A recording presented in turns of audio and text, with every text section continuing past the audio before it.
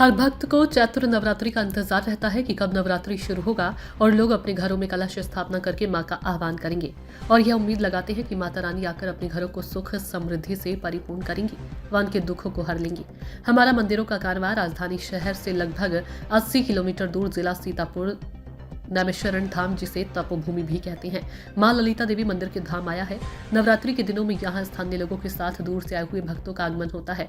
मां ललिता देवी के प्रांगण में ही एक अत्यंत हजारों साल पुराना वट वृक्ष है, जिसकी लटें जमीन को छूती हुई दिखती हैं और उन लताओं में भक्त अपनी मनोकामना की पूर्ण हेतु चुनरी में गांठ लगाते हैं। नवरात्रि के दिनों में भक्त अपने बच्चों का मुंडन संस्कार भी करवाते हैं। कैमरे में आप साफ देख सकते हैं कि लोग कैसे अपने घरों के बच्चों का मुंडन संस्कार बड़े श्रद्धा भाव से करते हैं। बड़े पुजारी जी ने हमारी लखनऊ संवाददाता ज्योति गुप्ता से खास बातचीत करते हुए मां ललिता देवी की असीम कृपा के बारे में बताया। ऋषियों की भूमि को प्रणाम करने हुए यहाँ के भक्त मां ललिता देवी के दर्शन करने के लिए हमेशा ललित रहते हैं। भक्तों का रेला हर समय मंदिर के बाहर लगा रहता है। संत बसंत कुमार ने संस्कृत श्लोक में मां ललिता देवी की शक्तियों का बखान किया, ये सुनते हैं। जय माता दी। नमस्कार दोस्तों, मंदिरों के कारवां में आज हम आपको लेकर आए हैं नैमिषारण्य धाम में, जहां ललिता माता मंदिर का बहुत ही सुंदर और अति प्राचीन दुर्लभ शक्तिपीठ मंदिर है। आप देख रहे हैं यहाँ पर इस मंदिर के प्रांगण में, जो कि गर्भगृह है, माता रानी ललिता माता स्वयं रूप में यहाँ पर विराजमान है। हजारों दर्शक, कईयों हजारों श्रद्धालु यहाँ पर आकर माता रानी के चरणों में माथा टेकते हैं, अपनी मन्नतों को पूरा करते हैं। यहाँ पर लगातार हर वर्ष, चाहे वो चैत्र नवमी हो या फिर शारदीय नवरात्रि हो, भक्त बड़ी श्रद्धा भाव से आते हैं, माता रानी के मंदिर में यहाँ पर माथा टेकते हैं और अपनी मनोकामना पूरी करते हैं। हमारे साथ इस मंदिर के महापुजारी जी जुड़ चुके हैं। क्या कुछ कहना चाहेंगे मंदिर के इस महाप्राचीन के बारे में? ये मैं आचार्य पंडित दमशंकर दीक्षित, पूर्व प्रबंधक मां ललिता देवी मंदिर। अखंड ज्योति है। अखंड ज्योति जलाने का विशेष महत्व होता है। परिवार में सुख, शांति, समृद्धि की प्राप्ति होती है और अष्टम वैकुंठ तीर्थ नैमिषारण्य जो चक्र कुंड है, वहाँ पे मैया ने 6.5 पाताल वेदन कर दिया, तो मैया अपनी शगुनिया से चक्र कुंड को रोका है। मंदिर के महाप्रबंधक अरुण कुमार दीक्षित ने हमारी टीम की संवाददाता ज्योति गुप्ता से बातचीत करते हुए कहा कि माता रानी को नारियल की बलि दी जाती है। हम सनातन धर्म के अनुयायी हैं। जीवित पशु की बलि इस प्रांगण में देना वर्जित है। जिन भक्तों की मनोकामना पूर्ण हो जाती है, वे भक्त यहाँ कर श्रद्धा अनुसार सोने, चांदी, पीतल, अष्टधातु के घंटे बांधते हैं, अखंड ज्योति जलवाते हैं। मां ललिता के गर्भगृह में भोलेनाथ की शिला भी स्थापित है, जिसका दर्शन किए बगैर मां ललिता देवी का दर्शन अधूरा माना जाता है। मंदिर के चौखट में चांदी के सिक्के यह प्रतीत है कि भक्तों की मनोकामना यहाँ पर पूर्ण होती है। मंदिर के आंगन में घर के बुजुर्ग अपने बच्चों का मुंडन कराते दिखे। एक भक्त भोलेनाथ लखनऊ निवासी तो कई पीढ़ियों से आकर यहाँ माता रानी के दरबार में अपने कई पीढ़ियों के बच्चों का मुंडन करवाते दिखे। सामग्री चढ़ाते हैं। जो सुहागिन महिलाएं होती हैं, वो मैया को 16 श्रृंगार, साड़ी, कपड़ा भेंट करती हैं। जिन भक्तों का किसी प्रकार की मनौती होती है कि मैया हमारा ये कार्य सिद्ध कर दो, तो हम ये करेंगे, तो मैया को छत्र चढ़ाते हैं, सोने का, चांदी का, जैसी उनकी इच्छा होती है। तो ये विशेष महत्व होता है। मैया को नेत्र भी चढ़ते हैं, नेत्र वाली माता है। नेत्र चढ़ते हैं, जिन्हें आँख कहते हैं, मैया को नेत्र भी चढ़ते हैं। हाँ, मैया को 16 श्रृंगार चढ़ता है। नारियल जो आपको हमने प्रसाद में दिया, ये प्रमुखता होती है। हमारा वैष्णव संप्रदाय है। वैष्णव संप्रदाय में किसी प्रकार का हम लोग वो नहीं कर सकते जो अन्य लोग करते हैं, हिंसावादी कार्य। हम लोग सनातन धर्मी है, तो नारियल की बलि मानते हैं। नारियल की बलि मानते हैं। देवी में माता रानी का आशीर्वाद है, इन्हीं की सब दया है। हम पे ही नहीं, हमारे समस्त भक्तों पे, हमारे पूरे सनातन धर्म पे, हमारे नैमिष पे। धरती का ऐसा कोई विद्वान नहीं है जो हमारी तपोभूमि पे ना आना चाहे। हमारे साथ बातचीत करने शुक्रिया। जैसा कि अभी महाप्रबंधक जी ने हमसे बातचीत की और हमें बताया कि नैमिष की जो भूमि है, तपोभूमि ही है।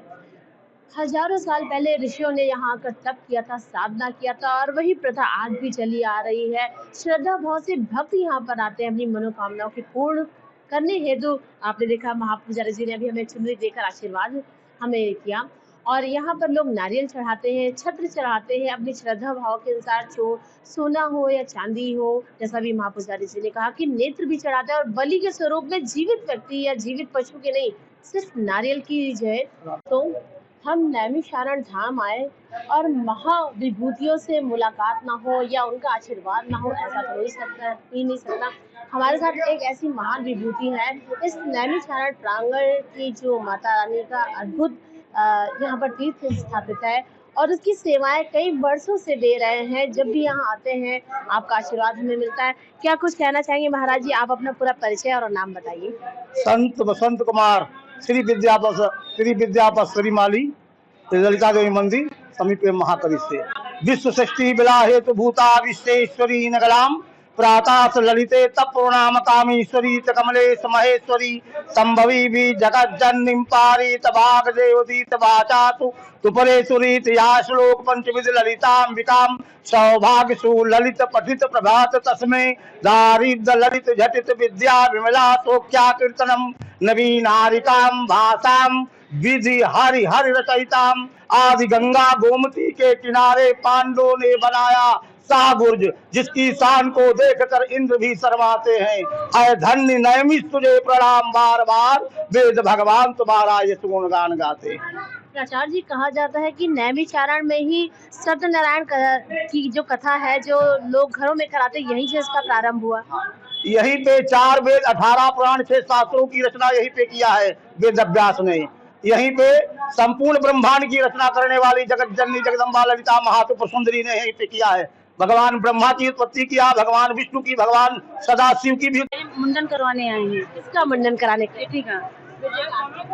मतलब आपकी ये अनुष्ठान था कि नहीं यहीं पर ही आकर मुंडन कराएंगे? हाँ, यही अनुष्ठान था। कितने सालों से आप आ रहे हैं मंदिर में?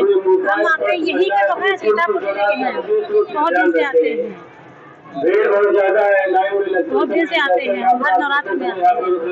आपने देखा कि कई सालों से आ रहे हैं। आपका क्या नाम है? आप कहाँ से आई हुई हैं? क्या कहना चाहेंगी इस मंदिर के बारे में? बहुत अच्छा मंदिर और बहुत प्राचीन है, बहुत सारी मान्यताएं जुड़ी हैं हम लोगों की यहाँ से। लोग आपने तो बहुत कुछ बता दिया, बड़ा चार लखनऊ। तो क्या कुछ कहना चाहेंगे इस मंदिर के बारे में? मैंने देखा बड़ी श्रद्धा भाव से आप बैठी, कुछ मन ही मन आप प्रार्थना कर रही थी। यहाँ बहुत अच्छा सुविधा सब बढ़िया है। मुंडन कराने आए हैं। मुंडन कराने आई? किसका? पोती का। पोती का मुंडन। तो आपने क्या अनुष्ठान रखा था, मन में बना रखा था कि नवरात्र में ही मुंडन कराएंगे?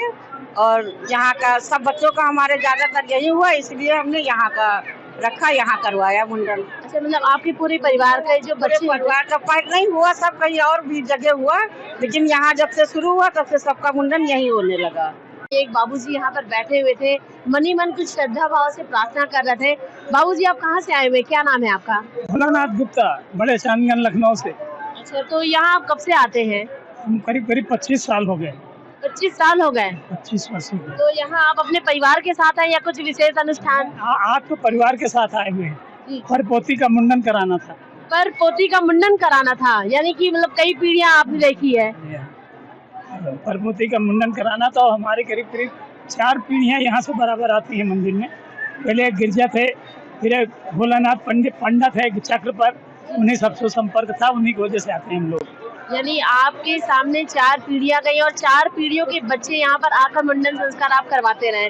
कैसा लगता है जब आप यहाँ इस मंदिर के प्रांगण में आते हैं? हम तो जब इस मंदिर में आता है, माता जी की ऐसी कृपा है कि हम पैरों से तकलीफ है लेकिन हमारे यहाँ तकलीफ एकदम खत्म हो जाती है मंदिर में आने पर।